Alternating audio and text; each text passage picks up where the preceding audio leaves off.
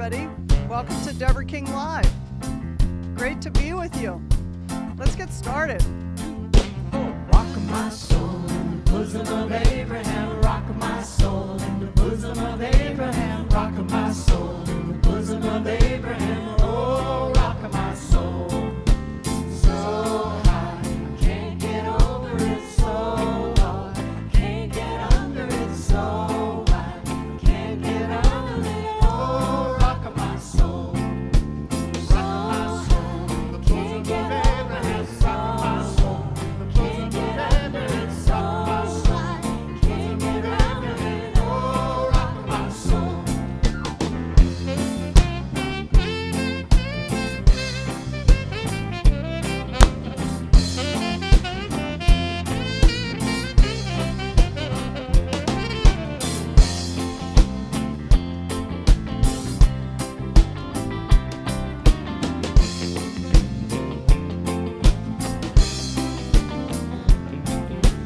Rock my soul in the bosom of Abraham. Rock my soul in the bosom of Abraham. Rock my soul in the bosom of Abraham. Oh, rock my soul. Rock my soul. Can't get over it. Rock my soul. Can't get over it. Rock my soul. Can't get over it. Oh, rock my soul. Oh, rock my soul. Oh, rock my soul. All right, you guys, we are warmed up, ready to have some fun with you. So, you know, you can call in and talk to me today on my red phone. Love to help you. Just call 188. Don't have that number memorized, do I? There it goes. 188-DEB-SHOW, 188-332-7469. Or if you're international, come to deborahking.com/DEB-SHOW. You know, you can click the share button right here on Facebook or YouTube and bring your family and friends. We will have a really good time today. So I'm going to talk about simplicity here in just a moment, but first I want to introduce the band. So over here we've got our guy Jack Lee, our music director, on keyboard.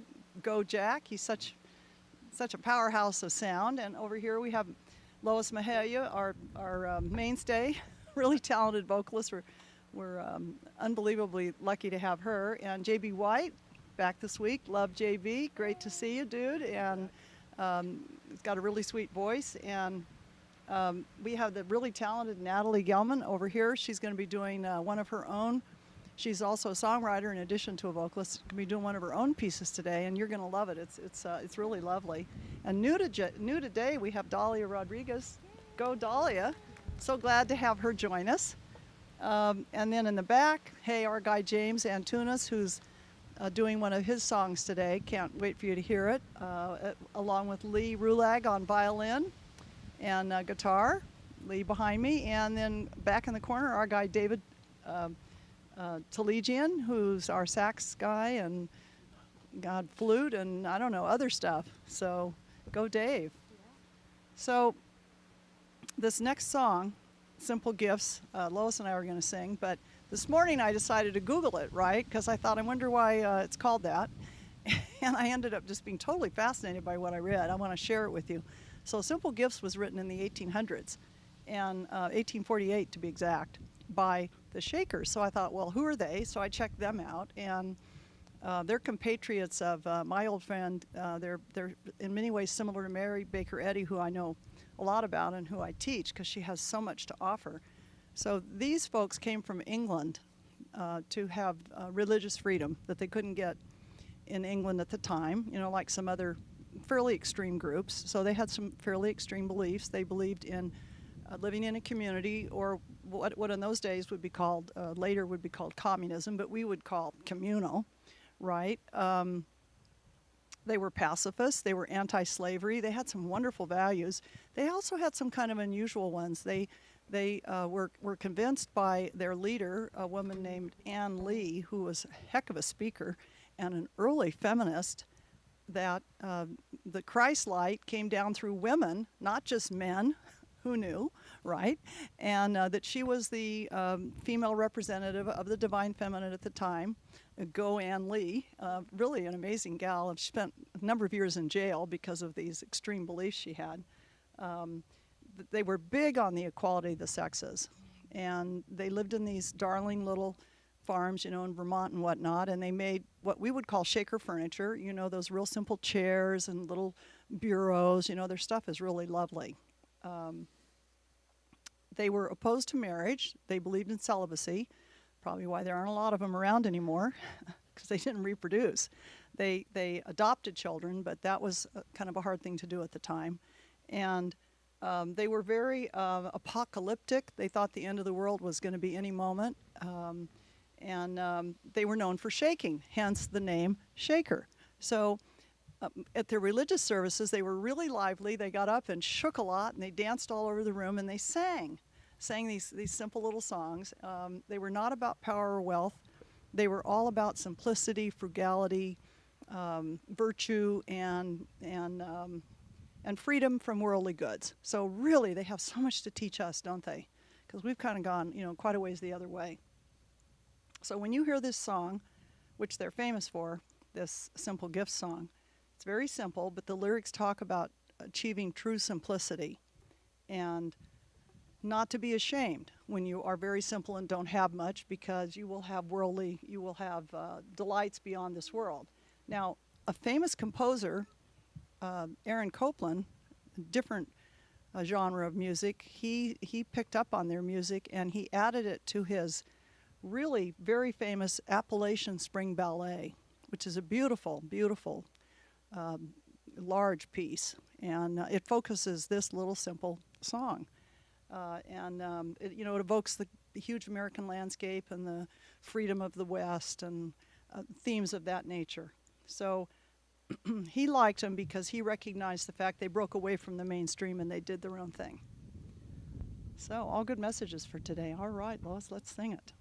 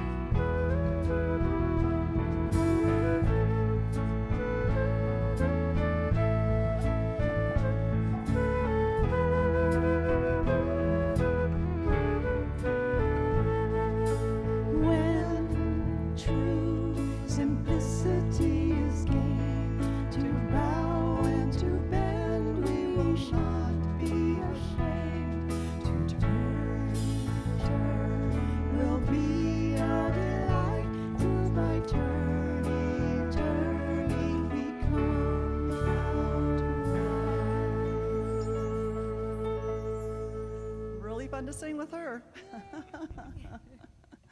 Okay, so I want to talk about self-mastery today. Big topic. Okay, there's so many brilliant thinkers on this subject, so let's get started with that.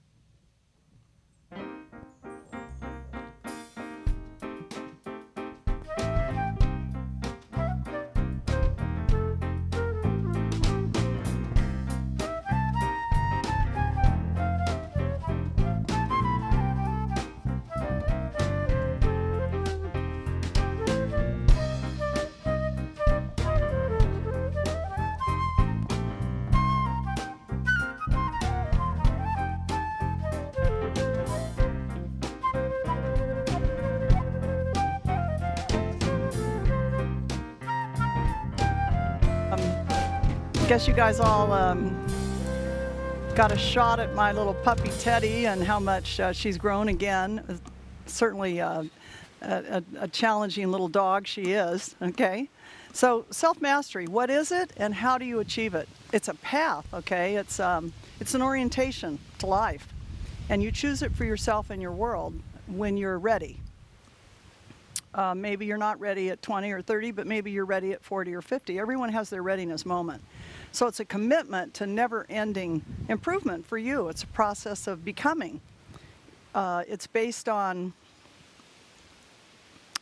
the realization that there are parts of yourself that hold you back. And here's the most important point for you to remember right off the bat.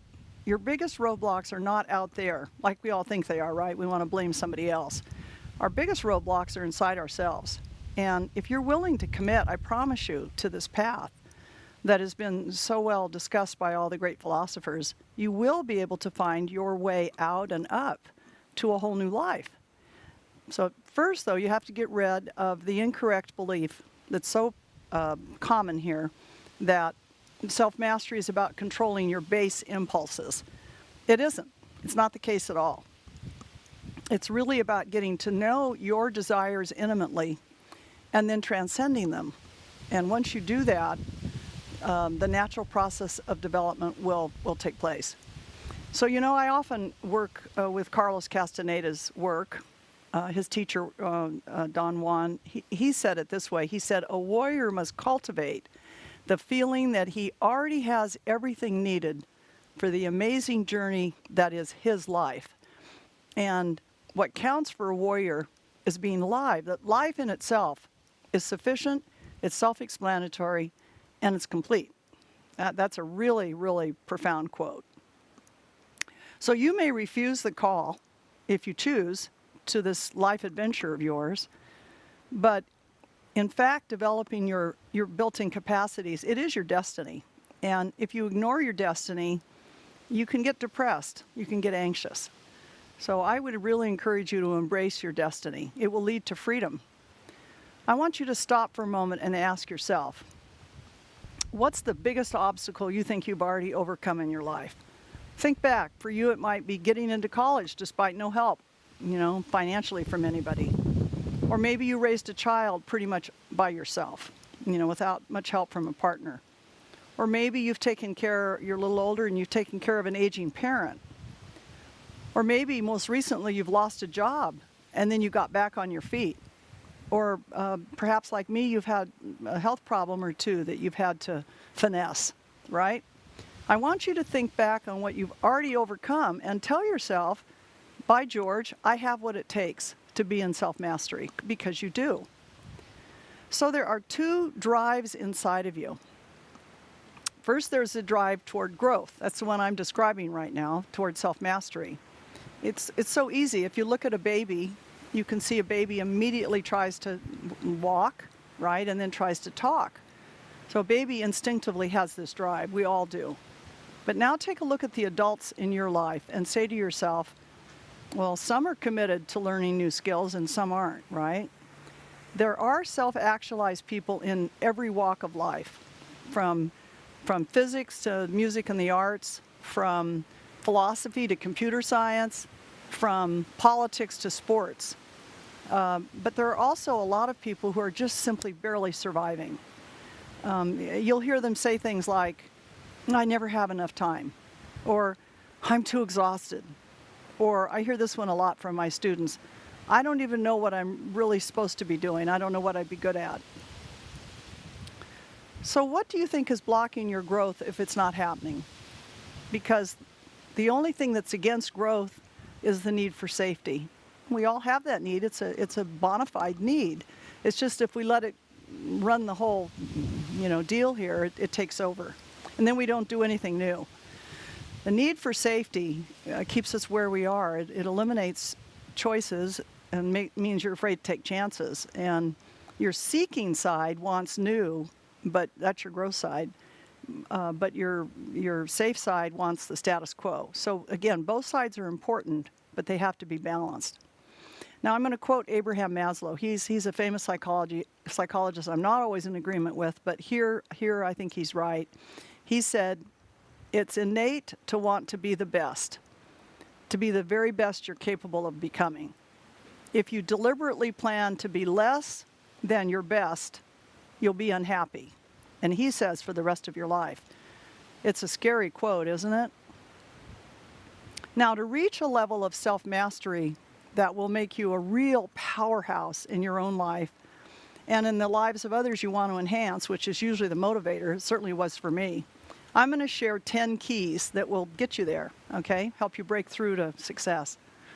The first key is to acknowledge the resistance you're feeling, okay? And acknowledge always your stuff with love and compassion. When you look at yourself, you got to be really compassionate. Remember that every change brings resistance. There isn't anything new that's proposed to us that we don't go, wait, think of all the dangers. It's normal.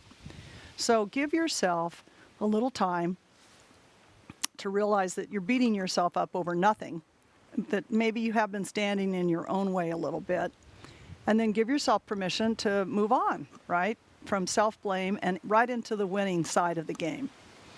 I remember doing that when I was really young, and I wanted to master energy healing.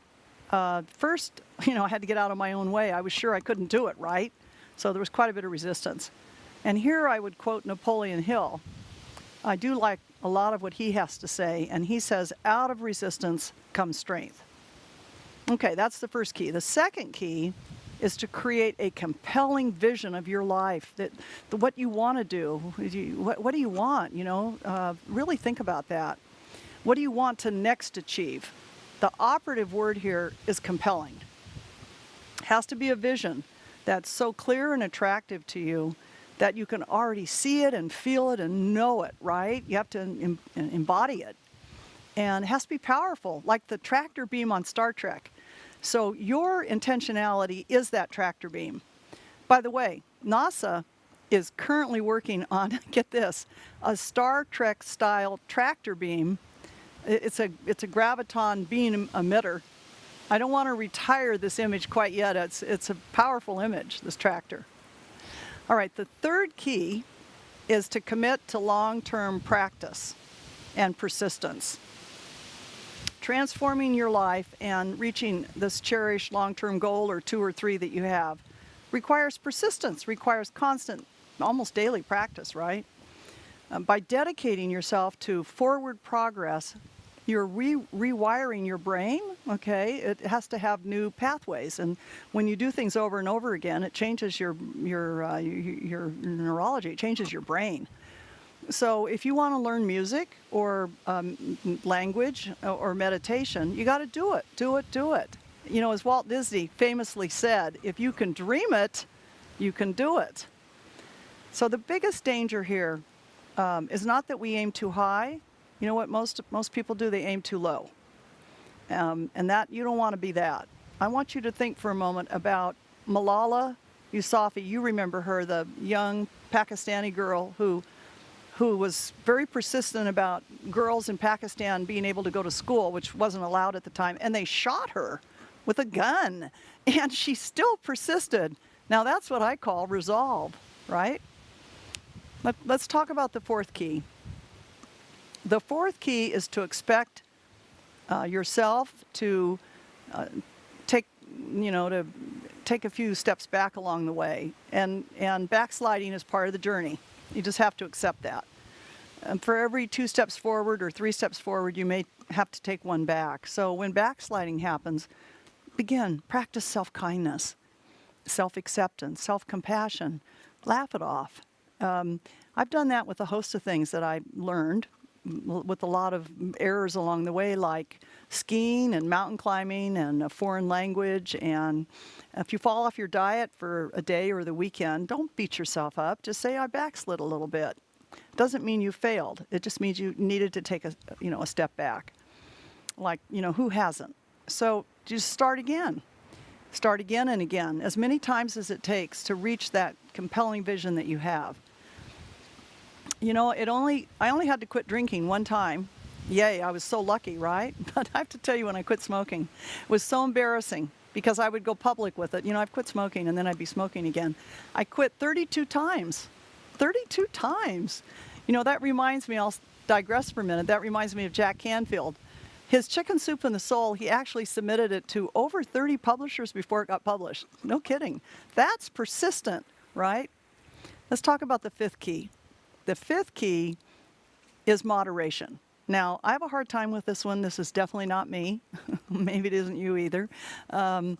Remember that self-mastery isn't a sprint. It's more like a marathon. So type A people, I'm one of them. You know, we want to run everywhere and do it immediately and instantly. And the trouble is, if you sprint out the gate full speed ahead, you'll be exhausted and you'll be unable to like complete the task. So when you can see the world and the goal you want, it's just at the end of the exertion. It's tempting to get there as fast as possible. But what I've learned, I'll pass on to you, it's better to go at 75% of full speed most of the time. Save a little bit of your energy and you won't burn out. So, because if you push or strain, you know, you hardly be able to get out of bed in the morning. Now, speaking of that, let me really encourage you to get more sleep than you're currently getting. Just about everybody I work with feels fatigued to me. I pick up this deep fatigue. Fatigue is a real deal breaker when it comes to self-mastery. I want to encourage you to get into a little power naps in the afternoon, you know, not too late, not past 3 or 4 in the afternoon, or it will ruin your night's rest. You know, some 20-minute nap will just make you feel real joyous and will open your creativity, and boom, you'll be able to move on to the self-mastery evolution thing you're working on. All right, let's take a break right there before we do the second 5 steps, and let's go sing a song. Then we'll come back here.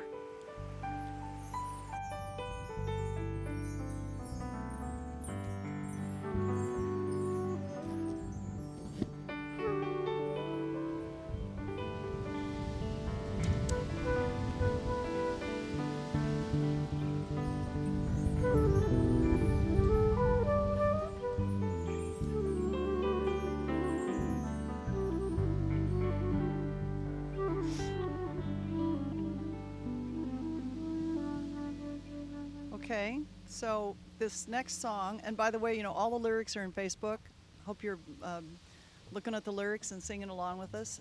This is a song I really love that's a collaboration between our guy James Antunes and his collaborator Bonnie Logan. She's a lovely songwriter, and she and James cooked this one up, and it's just one of my favorites. I hope you enjoy it.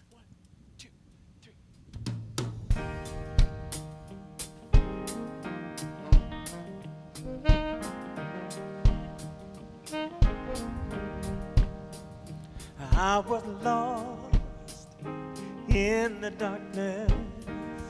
I was helpless and alone, slipping down this endless spiral.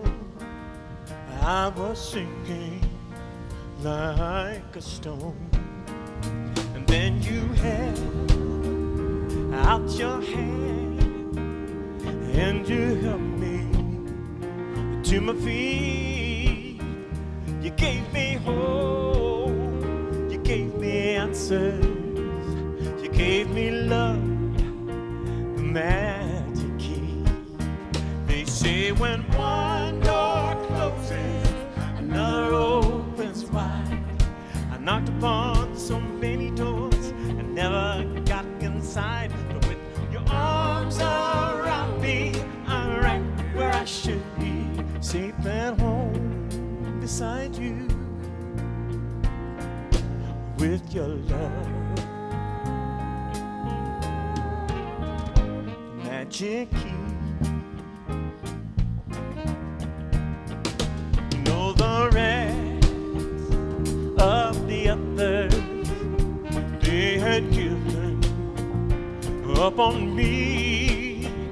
I guess I burned too many bridges, filling up with my selfish needs. They say when one door closes, another opens was wide. Knock, knock, knocked on many doors, never got inside. With your arms around me, I'm right where I should be, safe at home beside you, with your love. Magic key. And when your wings enfold me, it's paradise I'll see from the gates of heaven. We'll find love,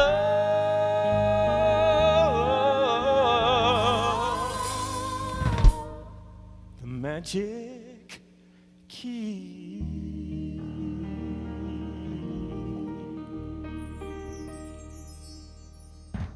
Wow, super nice, James. Love that, love that. All right, let's go back and do 5 more keys, right, to self-mastery.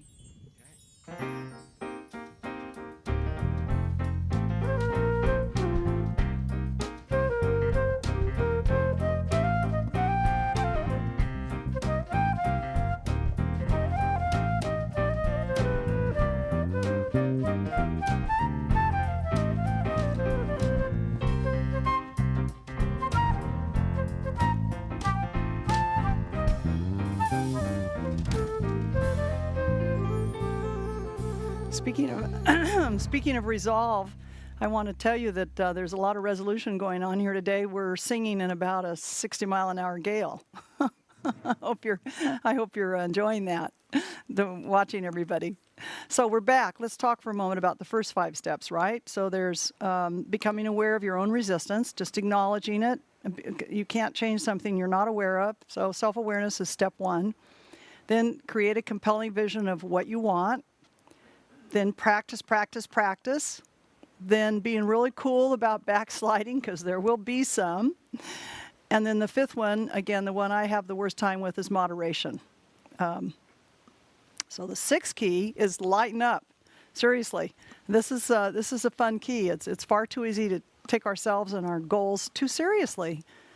We have to have fun along the way. And if you don't, your mind or your body or both will revolt. You know how that is if you're too hard on yourself. So allow yourself to make your life meaningful in light, fun ways. Stay lighthearted, laugh at yourself a lot, be playful. You're evolving into self-mastery. It doesn't happen overnight. And my favorite example of self-mastery at the moment is Alex Arnold. You've probably heard me talk about him. I'm an ex-mountain climber, and the guy is unbelievable. He's an American rock climber who just a few years ago climbed the famous El Capitan in Yosemite in just under 4 hours. That's amazing. But he did it, get this, without a rope. It's like not even human. Talk about self-actualized. I spent one entire summer trying to climb El Cap with a rope and did not succeed. So it's a tough climb. Another example of youthful self-mastery would be Greta Thunberg, right? I mean, look at her. She's got autism. She grabs the world by storm on the subject of climate crisis. She's only 15 years old, and she's hanging out in front of the Swedish parliament and convinces the country of Sweden to actually change their carbon emission standards. That is impressive. And then she sailed rather than flew. She sailed from Europe to New York to save emissions, and of course went in and spoke to the UN. Talk about self-actualized. Aren't they inspiring examples? Now the 7th key is to set mini goals, little goals. That's telling you there's no shortcuts here, okay? You will have little tiny goals, and you need them. I call them baby steps. You should have a baby step set up for yourself, like once a month or once every 6 months, depending on the nature of the thing you're trying to master. Reach your baby step and then congratulate yourself. Celebrate your mastery and celebrate the advancement. And remember, anything that you can dream can be yours if you just use your intentionality and your focus. The 8th key you're going to love. It's about cultivating your spiritual energy. Whatever road to self-mastery you take, you need a healthy reserve of physical energy to get from here to there. And without it, And without enough sleep, you'll get very stressed and feel like you're not succeeding. You feel like you're failing. You feel like you can't overcome resistance. So you can't be too depleted. You need to build your energy, your body and your energy field. Well, how would you do that? Well, you'd eat very nutritiously, more than 3 times a day. I'd say 4 or 5 or even 6 little meals to keep your blood sugar level even. You'd get plenty of sleep, like I mentioned earlier. Meditate every day to clear out all the trauma and stress so that you are fresh. And don't forget, you got to get some fun physical exercise. Something fun, preferably not something electronic in the gym. Much better to be outdoors, like we are all right? And maybe you like to walk or swim or play a sport, or maybe you prefer to do yoga or tai chi or, dance. It's whatever you enjoy. Just do it, like Nike says, right? And, a few minutes every day, at least 20 minutes a day. Set a timer on your watch or your phone and get yourself out there, and away from your desk. Now, the 9th key, I wrote a whole book on this called Truth Heals. The 9th key is to be honest with yourself.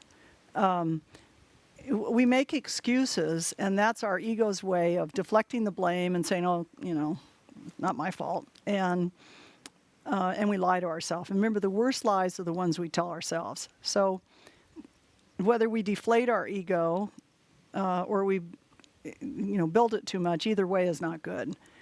Both are problems. So to pursue self-mastery, you got to have rigorous self-honesty.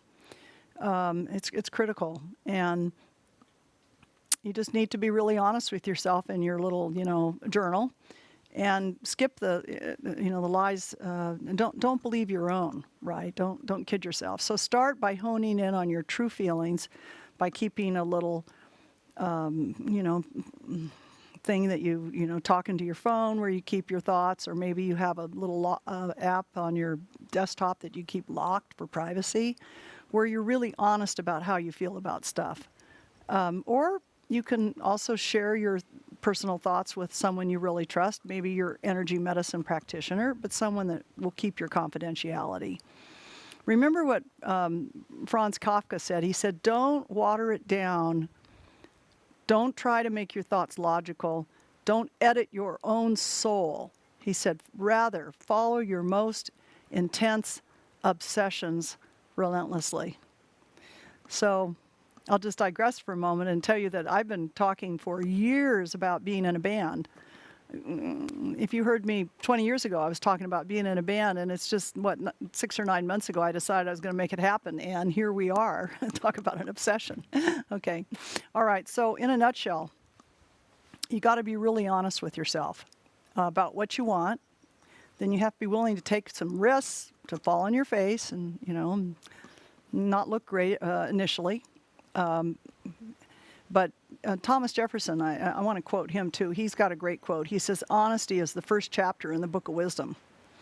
So, he had some wisdom, didn't he? All right, the final key, step 10, is empowering rituals. So why do we do rituals, right?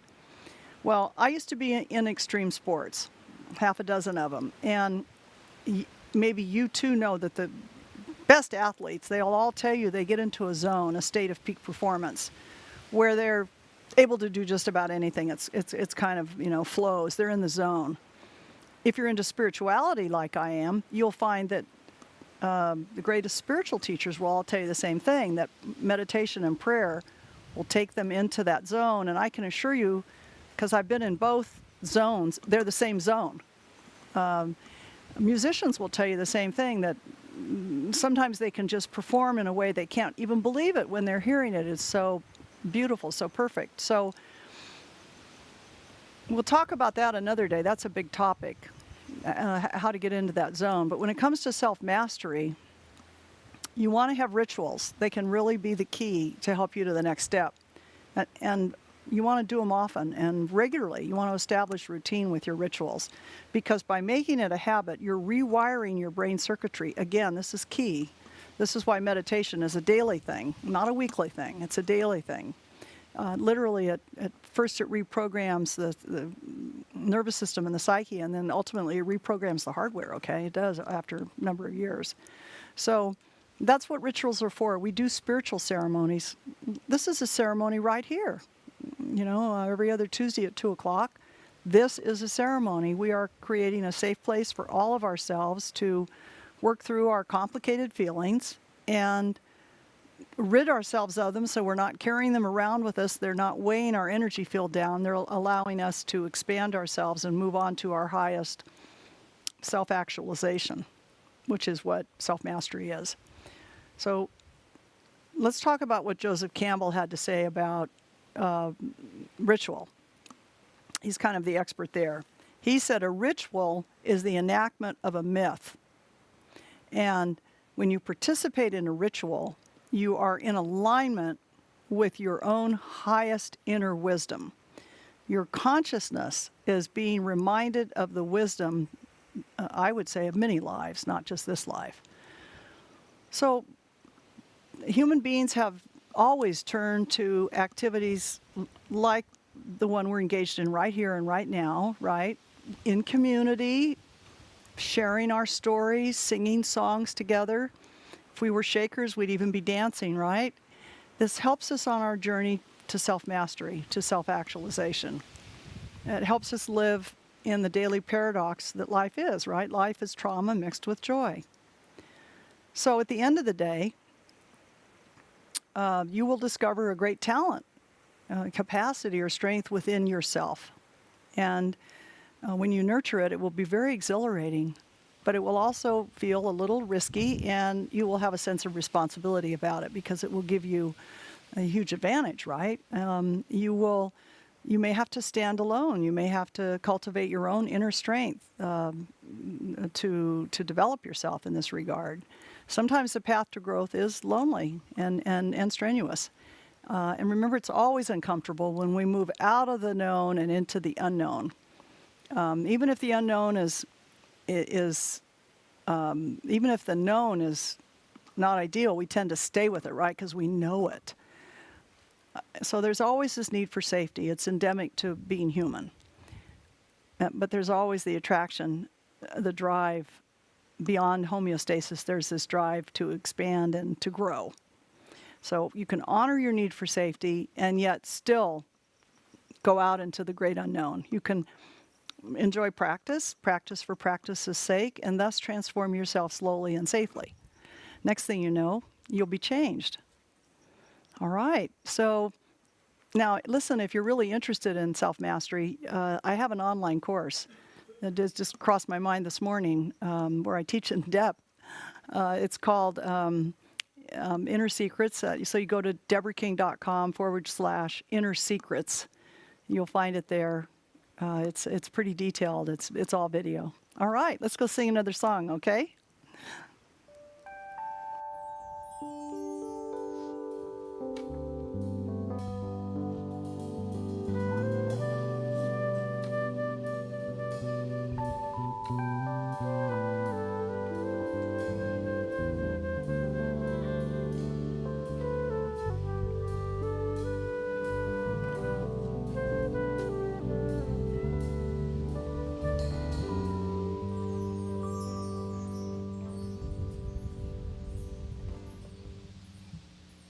Okay, real excited today to get a chance for you to hear Natalie sing one of her own original songs. It's really lovely. I think you'll like it. Again, the lyrics are right here on Facebook and YouTube. Go, Natalie.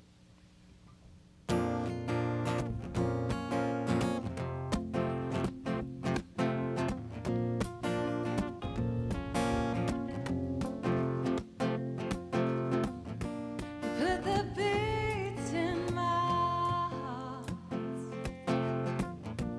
line them up like the edges of a song I used to know. Sang me to sleep and woke me up the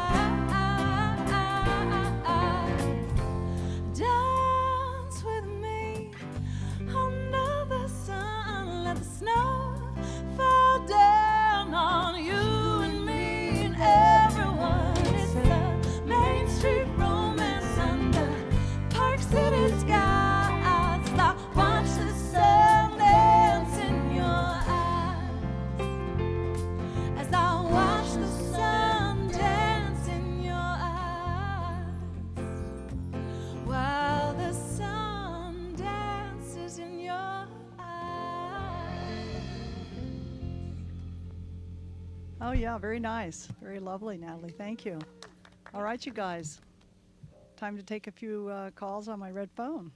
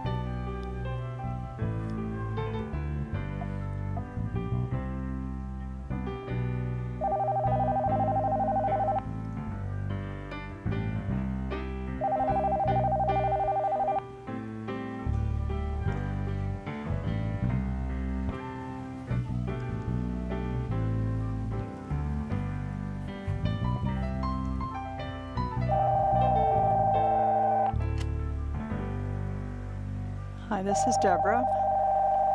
Hi, how can I help you? Hi, Deborah. My name is Aisha. How are you? Hi, what's your first name? Aisha. Isa. Hi, Isa. Where are you? I am in Ottawa, Canada, Okay, how can I help you?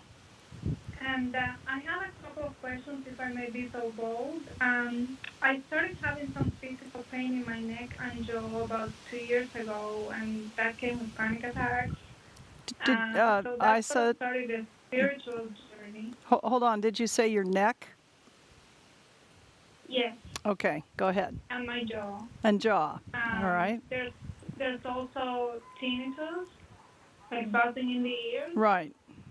Um, Currently there's some sort of blood disorder happening. That all that has been. I have doctors for all of it. It's been looked at. They say it's arthritis, and the blood. I'm not sure what it is yet, but nothing is extremely serious. So the first question was whether maybe you might intuit something related to the health. Did they look at the But possibility of TMJ in your jaw? yes, yes, Is there TMJ? um, yes, there is at the moment. Yeah, it feels like it. I don't sense anything but that. Okay. It's annoying. So that started me on a. Sorry, go ahead. Well, it's very annoying, but as you're right, it's not serious in the sense of dangerous. It's just annoying, huh? Yeah.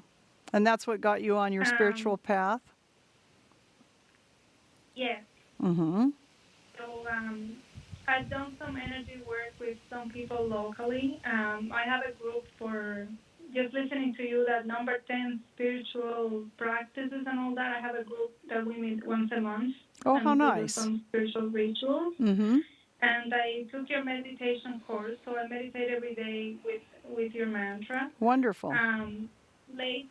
Lately I've been feeling this sense that there's a big change coming. I've had some experiences of being able to perceive guides for people Uh-huh. or people like ancestors that have passed and things like that. Uh-huh. And I was wondering if maybe there's some guidance or anything you can tell me around, Well, the because first I thing am eager to know what the change is. yeah, no, the first thing I can tell you is your experiences are legitimate. They're not imaginary. That's not true for everyone, but yours are real. You're getting actual guidance and actual connection. Your crown chakra is wide open. Your connection to spirit is strong. Thank you. Your the chakra in your throat, though, is closed, and that's probably why the problems with the neck and the jaw. Feels like a lifetime of being culturally silenced. Is that possible? Yes, I'm originally from Cuba, so certain Oh, topics I wasn't very open about growing up. Yeah, weren't allowed to discuss. Yeah, I would really encourage you to maybe do something in the way of chanting or singing or vocalizing or speaking to help open that chakra in the throat. Okay. Yeah, I am doing some yoga, and yeah, that's it the does have some chanting time. I bet that's helpful, and that's the underlying cause for the pain you have in your throat, and also the tinnitus is your closed throat chakra. Yeah, it's cultural. It comes down the maternal side. It feels like in your family, and you and the rest of the female population, not just you. Makes sense. Yeah, no, most women have, pretty rare they don't have this problem. It's subliminal. It's not like anybody ever told us, but we're all kind of taught not to be too candid. Yeah. Yeah, You we have got that with the program. you have lovely gifts. I want to encourage you to study and develop them. Yeah. I'm developing as a healer, I think. Wonderful. That's wonderful. Yeah, I think so I've been too. getting hints of that. Yeah, I think so too. All right. I'm glad you Thank called. you. Yeah, you take care. Keep coming. Thank you. It was very reassuring to talk to you. Wonderful. Thank you very much. You're very welcome. Bye. Bye.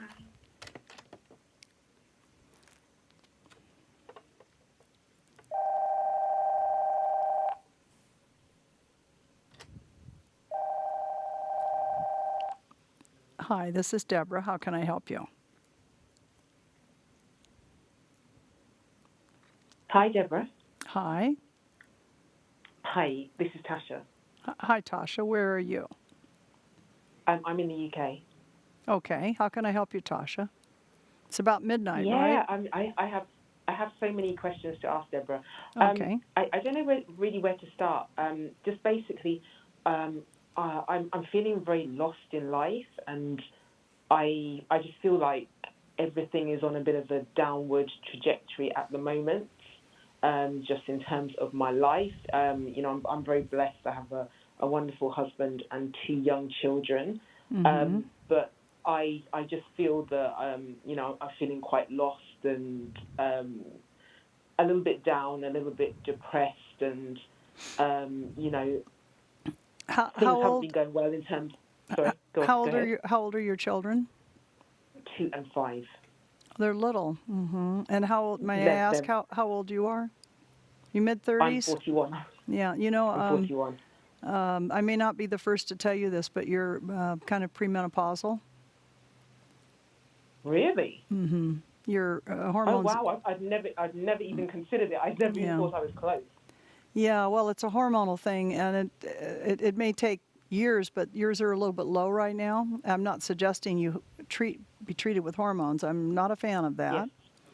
Yes. I'm not. I've seen too many things not work out that way. Yeah. But I think nutritionally you could really beef this up and get your old joy back. You're just a little bit depressed. Yeah. And remember, it's just into April, and you're in the UK, so you just came through a long winter. Yeah, absolutely. And so you're a little bit deficient in vitamin D too. D is in dog. Right. Okay. Okay. I'll Yeah. definitely up that. Yeah, I'd love for you to be Okay. taking more vitamin D and Okay. get some sunshine if you can now. Okay. And eat things that are rich in compounds that support estrogen. Okay. I'll definitely Yeah. do that. Yeah, that's all that's Um, wrong. You're just a little bit low. Yeah. And also, for the first time ever in my adult life, since through the pandemic, I've been having financial issues. Uh-huh. And I don't know where that's coming from, where the energy of that's coming from, because there's no reason for that. Well, you just I'm named very it. educated. It's not your fault. It's a pandemic. Yeah. Yeah. It's not you haven't done anything wrong. You're not lacking. You're not lacking in drive or skills or talent or training. Feels like you have a lot of training of some kind. I do. Yeah. Yeah. Hang in there. The good news is the job market is in your favor. I don't actually want. I don't want to actually want a job. I want to run my own business. And, Well, I have many different ideas, but I seem to be struggling to transition into that. I use the word job loosely. Okay. I don't mean employed. I mean working. Yes. Yeah. Yes. Yeah. Absolutely. Yeah. No. You've got a lot of. Normally, you have a lot of energy and lots of ideas. Yeah. Okay. Yeah. I'll definitely look into that.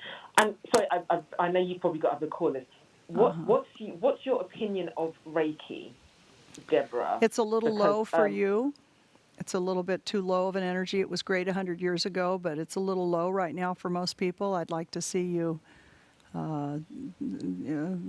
developing yourself with a little bit higher technique.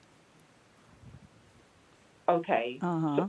So what do you mean by that? Because Well- in terms of Reiki's an energy, and it's just a little lower Yes. than you are. okay, Uh-huh. because Uh-huh. I trained in Reiki. Uh-huh. I think I trained up to master practitioner level, Uh-huh. but it's just recently I'm just reading things about Reiki, and I don't know if it was a good idea and if that's had some kind of It doesn't hurt you in any impact way, on my but life. it doesn't hurt you in any way. But I would move on to some other forms of energy healing. Okay. And do I have to do anything to get away from that? Well, you if know, that makes sense? it's funny you mention it. I actually remove people's Reiki symbols once a year. Right. I do, because it blocks so many people from progressing. So Really? come. Are you in my level 1 or something in one of my programs? I'm not. I haven't joined any of your Yeah, programs. you might look at level 1. That's where I'll be doing it next. I'll Okay, do it. you do it I'll as do part it of on the course. Zoom. I'll do it on Zoom. Yeah. Okay. All right. All right. Fantastic. Okay. I'm Okay. glad you called. Thank you. You take Thank care. you so much, Deborah. Thank Bye-bye. you. You too. Thank you very much. Thank you. Bye bye. Didn't she have great questions? We are officially out of time. We're going to head back and sing one more song.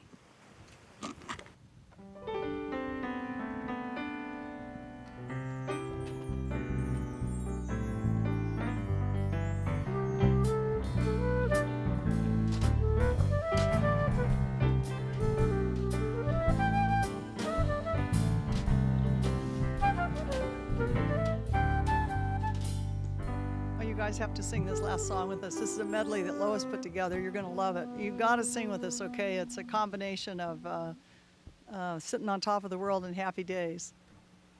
Fun, okay?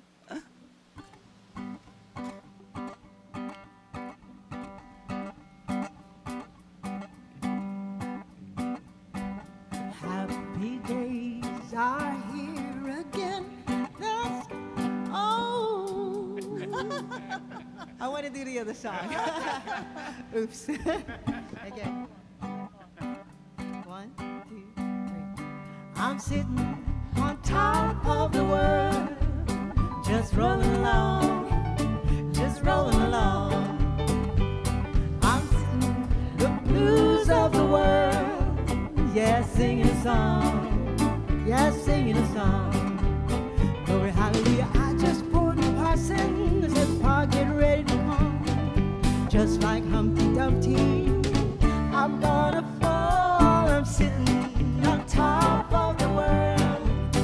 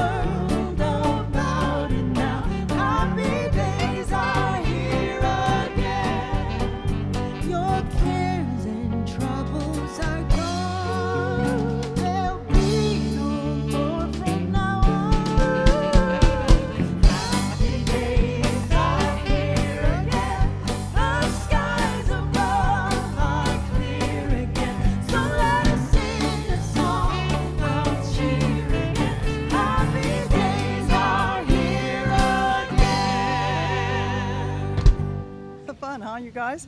Hey, listen, I want to tell you about something very exciting that we're doing real soon. So we just announced it yesterday. We have for the first time since the pandemic, we got a live retreat coming again. I'm so jazzed. Finally, we get together. Thank you, James. It's September 1, 2, 3, 4. That's Thursday, Friday, Saturday, Sunday, right here in Ojai at a private retreat center that I can walk to almost from where I am right now. Okay, it's very handy. Beautiful, hundreds of acres, rolling hills, valleys, big Olympic-sized swimming pool, private accommodations, great food, eat outside. All of our meetings will be held outside. You know, I'll be teaching during the day, and we'll have the band at night. Yay, and here's your chance to meet all these fine folks in person. So to check it out, it's deborahking.com/retreat.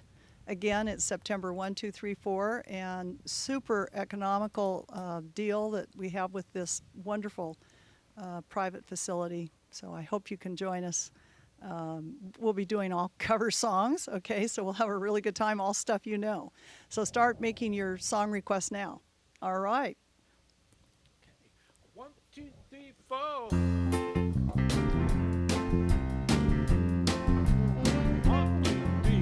Rock my soul in the bosom of Abraham. Rock my